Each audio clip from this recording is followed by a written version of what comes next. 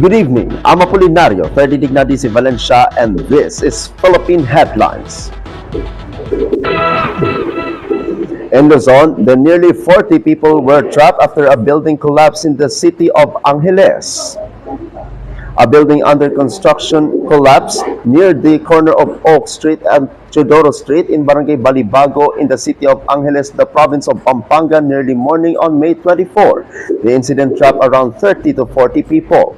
According to the Angeles City DRMO, the building, which was estimated to be around 9 to 13 stories high, suddenly collapsed. Meanwhile, 24 individuals have already been rescued while search and rescue operations continue in the area. Meanwhile, the death toll from the collapsed building in Angeles City has risen to 4 after victims were buried after the debris. Based on data from the Angeles City Disaster Risk Reduction and Management Office, or ACDRMO, a total of 47 victims were recorded, while 26 individuals have been rescued as of 3 a.m. this Monday. The authorities continue search operations for remaining 18 missing individuals.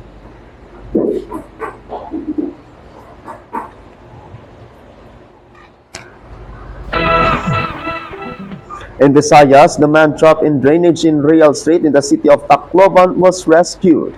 A 49-year-old man was successfully rescued after getting trapped inside a drainage system at the corner of Real and Burgos Streets in the city of Tacloban, the province of Leyte. The man was rescued through the efforts of the Regional Special Rescue Force, or SRF, of the Bureau of Fire Protection Region 8, which immediately conducted the operation after receiving a call through the 911 emergency hotline. After the victim was safely retrieved from the drainage, he was turned over to the Tacloban City Rescue Unit for further medical assessment and assistance.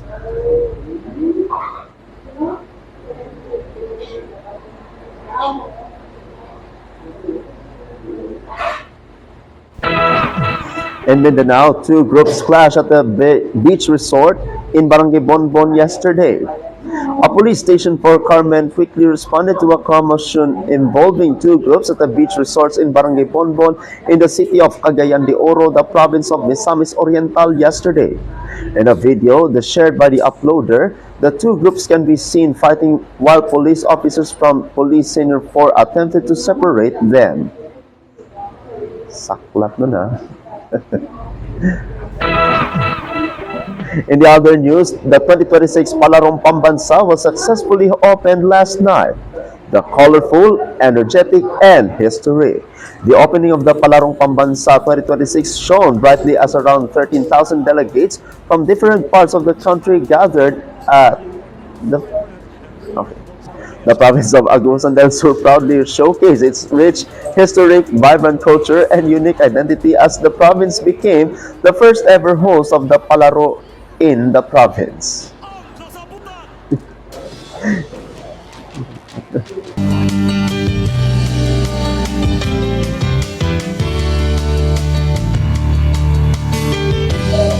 And our business update, Toshifumi Suzuki, the father of Japan convenience store, was dead at the age of 93.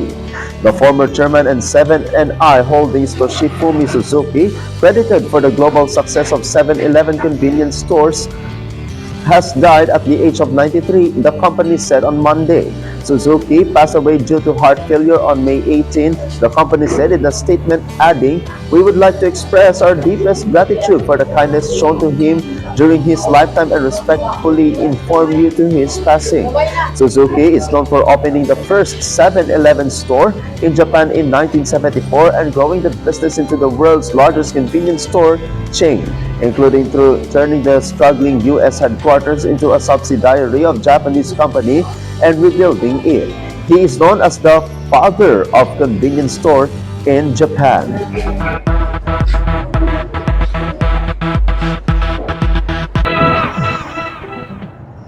In Luzon, more than 2,500 families were affected by the massive fire at Parola compound in Binondo. More than 2,500 families were affected after a massive fire razed a residential area in Parola compound in Binondo, Manila, according to a report from Mayor Francisco Isco Moreno Dumagoso over the weekend. During his inspection of the area at the Delpan Evacuation Center, the mayor said a total number of affected families could still rise up to 3,000, as many victims have yet to register their family cards officially.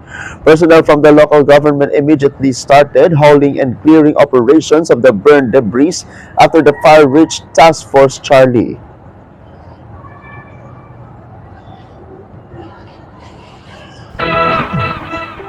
In Visayas, the Cebuanos attacked by the dark-skinned foreigners. This is the video now circulating online showing an alleged brawl involving a group of men during a fiesta in one of the upland barangays of the city of Cebu early this morning. The authorities are still investigating the cause of the commotion, where the video showed a group of foreigners being punched, hit with chairs, and struck with hard objects. Officials are also still verifying the nationality of the individuals involved. According to reports, both groups were allegedly intoxicated or under the influence of alcohol when the fight broke out.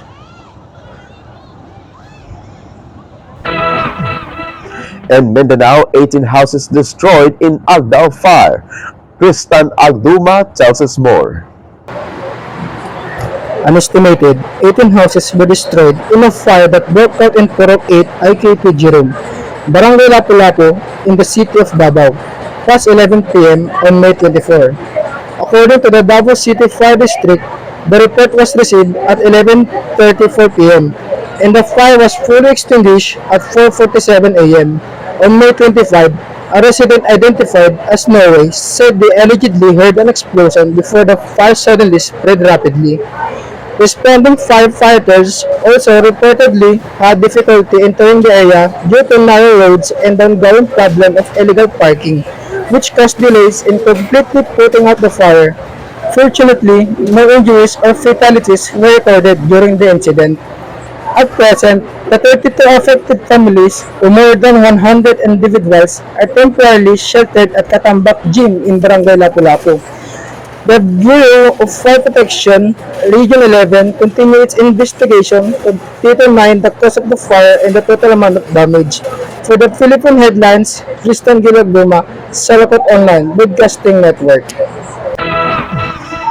In other news, the provincial government of Cebu grants allowance to members of the Cebu Province Division participating in the Palarong Pambansa. The provincial government of Cebu has provided a 5,000 pesos allowance to members of the Cebu Province Division currently participating in the Palarong Pambansa 2026 being held in the province of Agusan del Sur. Capital Chief of Staff James Canoy, representing Governor Pamela Pam Maricuatro, traveled to Agusan del Sur over the weekend to personally distribute the allowance to around 153 individuals from the Cebu Province Division, including coaches, athletes, assistant coaches, and members of the management committee. They are currently competing in the national event under the Central Visayas Regional Athletic Association or CVI-RAA. The Cebu Province Division, led by the Cebu Province Schools Division Superintendent Dr. Senan Priscilio P. Pauline, expressed gratitude to the provincial government of Cebu for the assistance given to the delegation, which is considered the first of its kind in a long time. The Palarong Pambansa 2026 is scheduled to run until May 31 this year.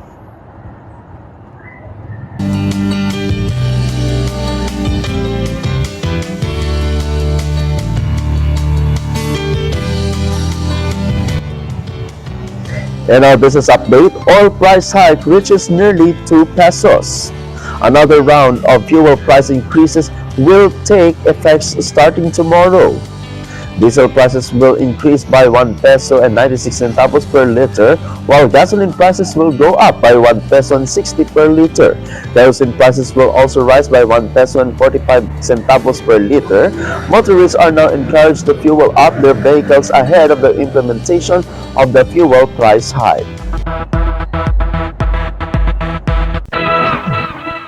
In Luzon, a magnitude 4.0 earthquake was shook in the municipality of Agoo. A magnitude 4.0 earthquake struck the town or the municipality of Agoo at 10:38 p.m. last Tuesday, according to the Philippine Institute of Volcanology and Seismology, or PHIVOLCS. The epicenter was located 1 kilometer southeast of the municipality of Agoo, the province of La Union, with a depth of 7 kilometers. Instrumental intensity 3 was recorded in the municipality of Aringay, the province of La Union. According to PHIVOLCS, the earthquake was tectonic in origin and no damage or tsunami is expected, although aftershocks remain possible.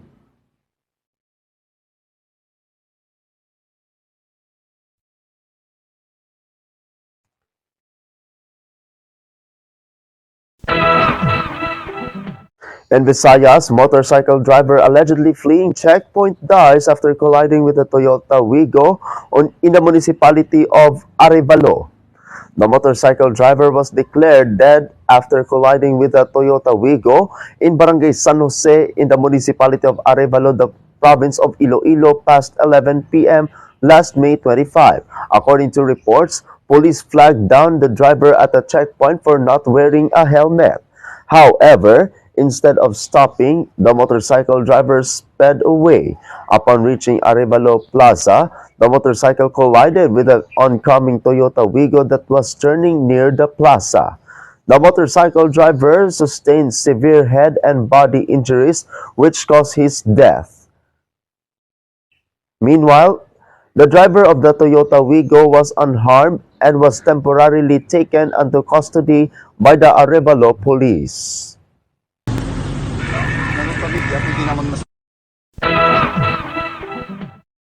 In Mindanao, woman missing the 4 days found dead in the creek in the city of Coronadal. The Coronadal City Police Station confirmed that the body found floating in a creek at around 9 a.m. in Sitio Mani in Barangay Taplan, the city of Coronadal, the province of Cotabato, was that of a woman. The victim was identified as Julia de Lima, 51 years old and a resident of Purok Tribal Village in Barangay Taplan in the said city.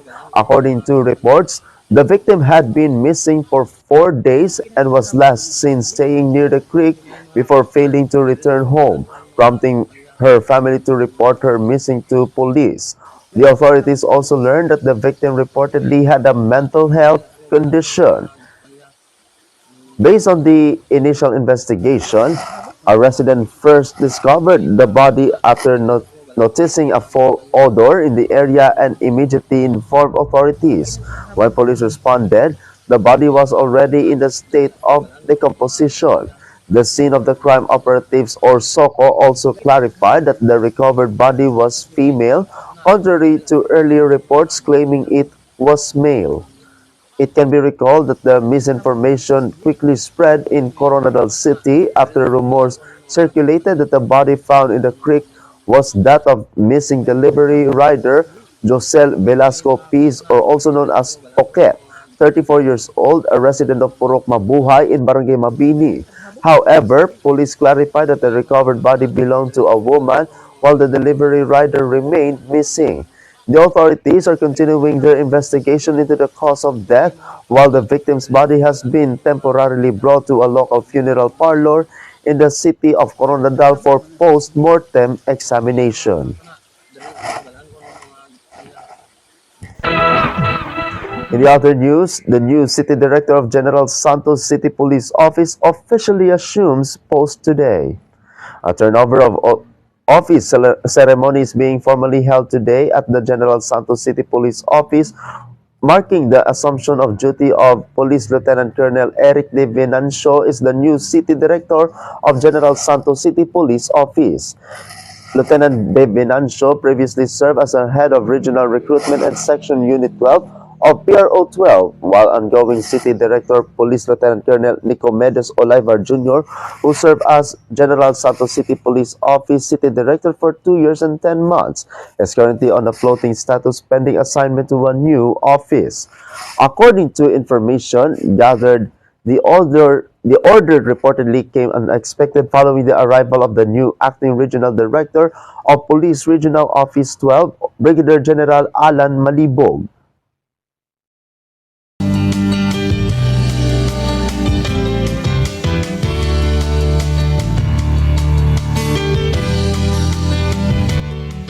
In our business update, DTI, or the Department of Trade and Industry, courts Chinese electric vehicle firms for Philippine expansion.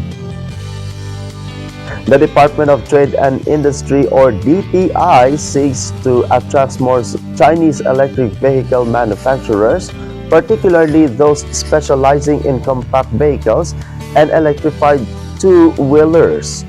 According to Trade Secretary Cristina Roque, said she had met with at least 4 electric vehicle manufacturers on the sidelines of her trip to Suzhou, China, for the Asia-Pacific Economic Cooperation Ministers responsible for trade meeting. Among the companies Roque met was Jiangsu Luo Technology, the e-bike manufacturer that already has a footprint in the Philippines. She also met with Shanghai Launch Automotive Technology, which already manufactures vehicle in the Philippines through a partnership with Francisco Motors. This investment push comes as the DTI ramps up efforts to electrify public transport even ahead of the rollout of the government's electric vehicle incentive strategy, which aims to encourage electric vehicle firms to manufacture vehicles locally. Alongside these investment promotion efforts, the DTI on Monday awarded 30 million pesos worth of loans to 10 transport operators to help them purchase up to 2 electric vehicle units each. Under the newly launched e-transport loan program of Small Business Corporation, licensed small operators and drivers can borrow up to 1.5 million pesos per vehicle, payable over 5 years and an annual interest rate of 6.7%. Roque said several other transport operators had already signified interest in the program, pushing it close to exhausting its 2 billion pesos allocation.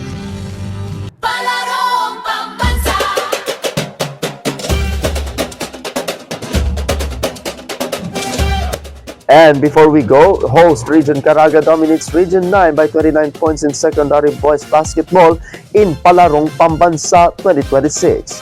Host Region Caraga defeated Region 9 Zamboanga Peninsula in the secondary boys basketball game held last May 26 at the D.O. Plaza Government Center in Patinay, Municipality of Prosperidad, the province of Agusan del Sur.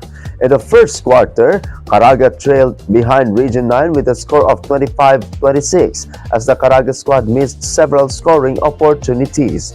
The Caraganons came back aggressively in the second quarter, posting a score of 56-42. By the third quarter, Zamboanga Peninsula struggled to defend against Caraga's offense, with Caraga extending its lead to 22 points. Caraga tightened its defense and continued to dominate, leading by as much as 32 points in the final 4 minutes of the game. Caraga region secured a victory with a final score of 107-78 against Region 9 Zamboanga Peninsula. In Luzon, a family in the municipality of Quezon was shocked after a python entered their home. Kristan Agduma tells us more. A family in City of Tagbay, Barangay Tabon, in the municipality of Quezon, province of Palawan, was recently startled after a python reportedly entered their house. The snake was found inside the home owned by Mrs. Conchita Bingbing. According to Mrs. Bingbing, the first person who noticed the snake was her youngest child, who initially thought it was just a rat. Moments later, they were shocked to see the long body of what turned out to be a snake. According to Mrs. Bingbing, their house is located near a river, which may have caused the snake to wander in their residence. After the incident, her husband immediately caught the snake and later released it back into the wild. Meanwhile, the family expressed gratitude that no one was hurt or harmed during the incident. For the Philippine Headlines, Kristan Gilagduma, Salakot Online Broadcasting Network. In Visayas, a person pushing a cart filled with garbage along the shoreline of a beach resort was caught on video. A concerned citizen was able to record a video of a person pushing a cart filled with garbage along the shoreline of a beach resort in Barangay in Punta in Taytay on the afternoon of May 24. The video was uploaded to the city's Facebook page, where authorities emphasized that the garbage problem cannot be solved by the city alone but also requires discipline, cooperation, and concern from every resident. A city also appealed to the public to be responsible and avoid throwing garbage in improper places.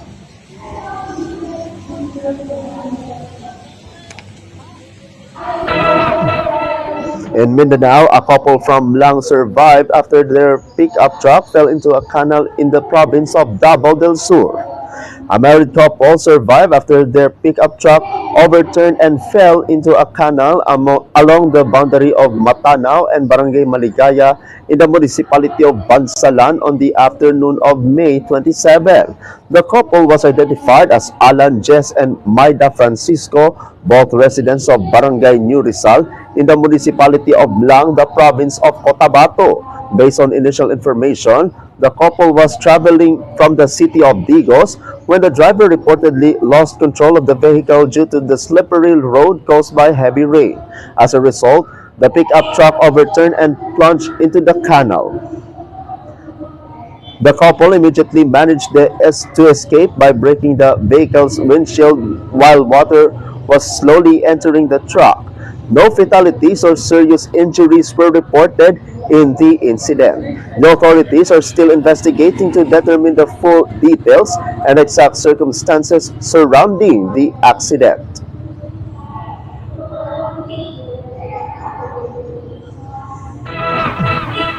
In the other news, the Muslim people gather for Salatul Idil Adha. Muslims people who submit themselves to the will of Allah gathered early outside the Fatima Mosque in the Barangay Fatima in the city of General Santos for the Salatul Eid al-Adha at 6 in the morning on May 27. Eid al-Adha is one of the two major celebrations in Islam that commemorates the strong faith of Prophet Ibrahim in Allah, where he was willing to sacrifice his son Ishmael in obedience to God's command as a test of his faith. However, because of Allah's mercy and justice, a sacrificial animal was provided in place of his son after Prophet Ibrahim's unwavering faith was proven.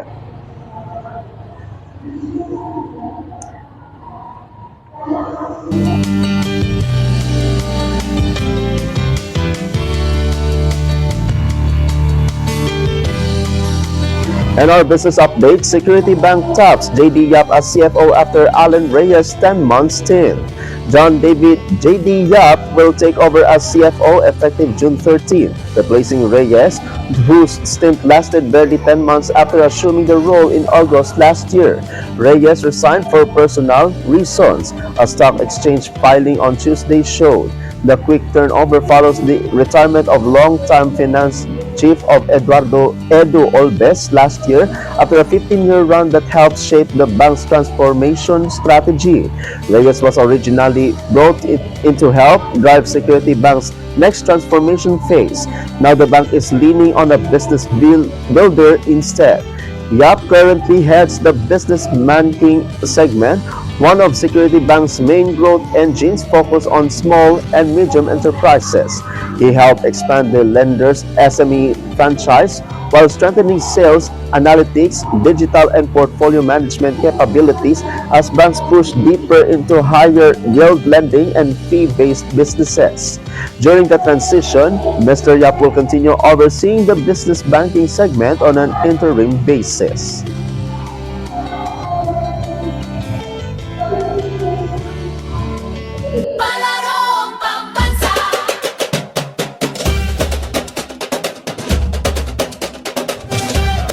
And here are the Palarong Pambansa 2026 medal tally as of May 28 at 9 a.m. partial and official.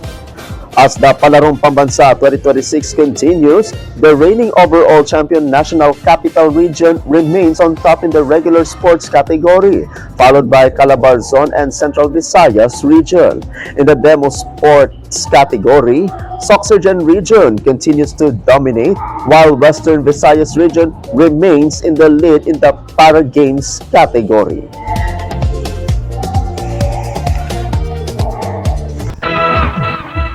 In Luzon, the fifth victim in Angeles City structure collapse recovered. The fifth victim from the collapsed structure in Barangay Balibago in the city of Angeles, the province of Pampanga, was successfully retrieved this morning. In a statement by the Angeles City Mayor Carmelo John Lazatin II, the victim was found and extricated from the rubble at around 7:57 a.m. At around 8:03 a.m., the male victim was transported by the City Health Office for Disaster Victim Identification or DVI procedures. According to Mayor Lazatin, a cell phone was also recovered from the area where the victim was found and is believed to belong to him. The device has already been subjected to investigation and documentation by the SOCO or scene of the crime operatives. Search and rescue, retrieval, and clearing operations are still ongoing, along the identification of those who died and remain missing under the Unified Command Management option.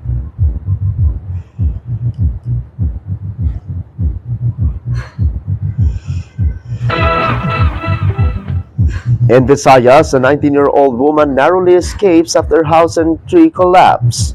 A family survived, but one person sustained minor injuries after a eucalyptus tree was uprooted and fell onto the house of Roy Templado, the homeowner in Sitio Kalubihan in Camp Marina, Barangay Kalunasan in the city of Cebu shortly past 8 p.m. on May 28.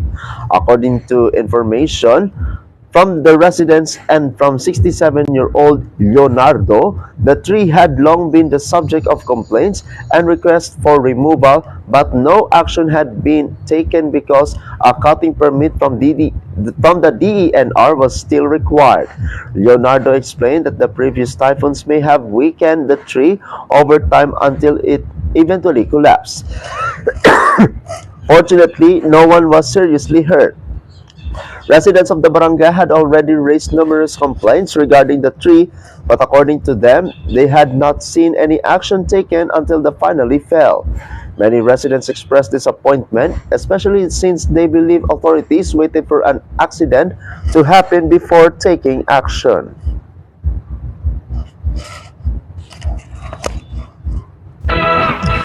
In Mindanao, a senior citizen remains missing following the landfill slide in Barangay New Carmen.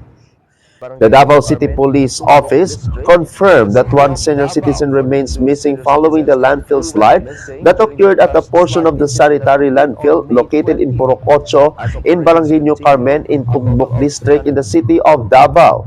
According to Davao City Police Office spokesperson Police Captain Hazel Caballero, two individuals have already been recovered from the incident, with the latest retrieved victim identified as 78-year-old Luisa Estandarte. Search and retrieval operations by authorities are still ongoing at the garbage dump site. In the city of Davao for the two senior citizens. In the other news, the Balay ni Neneng to help victims of abuse set at the capital. The provincial government of Cebu is set to provide mental health and trauma recovery services to women and children who have survived abuse by offering them a safe shelter home. The shelter, to be called Balay ni Nene, is the latest initiative of the capital aimed at strengthening the protection and rehabilitation of vulnerable sectors in the community. The project was discussed during the second quarter meeting of the Provincial Committee on Anti-Trafficking and Violence Against Women and their Children, currently led by Cebu Governor Pamela Baricuatro. Provincial Health Office Head Dr. Sheila Fashol presented the medical and mental health framework of the facility, which will provide psychological first aid, trauma, processing, and access to information regarding health conditions. For children, Dr. Faisal revealed that the province plans to introduce specialized care such as play therapy and art therapy to help address trauma and support emotional recovery. Dr. Faisal added that the provincial government had already secured supplies of medicines for mental illness, anxiety, and depression, while partnerships with external psychologists are still being finalized. The officer in charge of the Provincial Social Welfare and Development Office, or PSWDO, also revealed that the Women and Children Crisis Intervention Center has already begun installing smart houses as part of the Balay ni Neneng compound. Each unit is designed to accommodate around 8 to 10 survivors and will include air-conditioned living spaces, dining areas, kitchens, and administrative offices, all designed to provide a comfortable environment for recovery. The officials also announced the establishment for help desk and the expansion of the referral system in major transportation terminals across the province of Cebu as part of the border anti-trafficking campaign and efforts to improve assistance for victims. The official launch of Balay ni Neneng is expected to be announced in the coming days.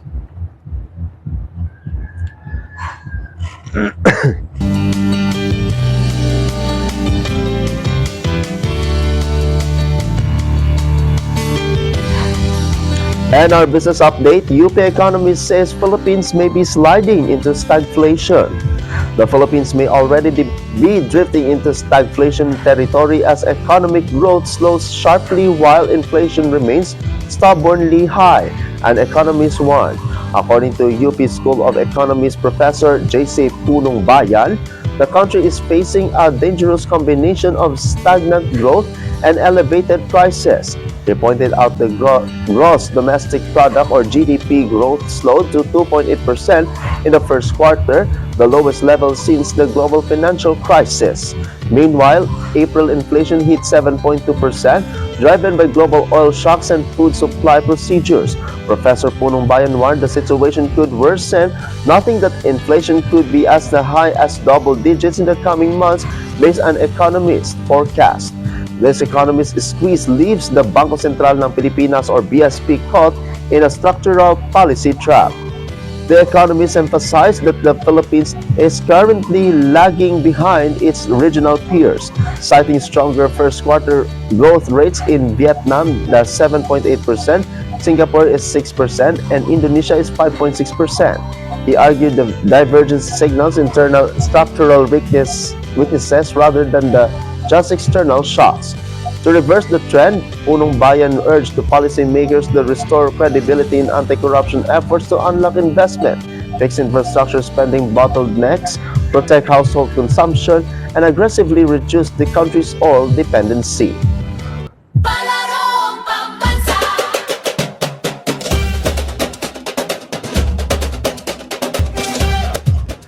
And before we go, palarong pambansa, the Davao Eagles crushed the Zamboanga Sharks with a dominant 91-49 victory.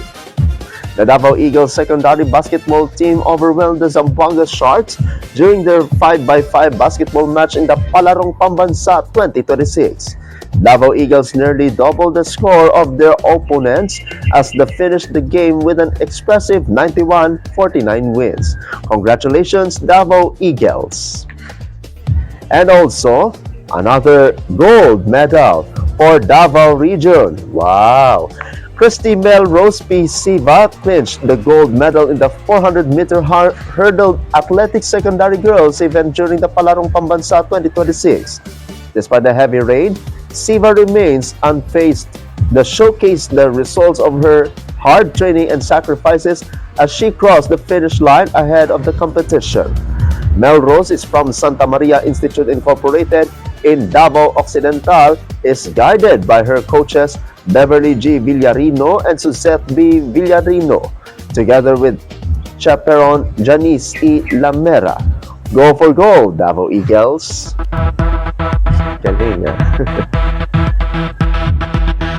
And that is Philippine Headlines this Friday, May 29, 2026. I'm Apolinario, 30 Dignity si Valencia, and this is Salakot Online Broadcasting Network. Good night, Philippines. Amping kasadya!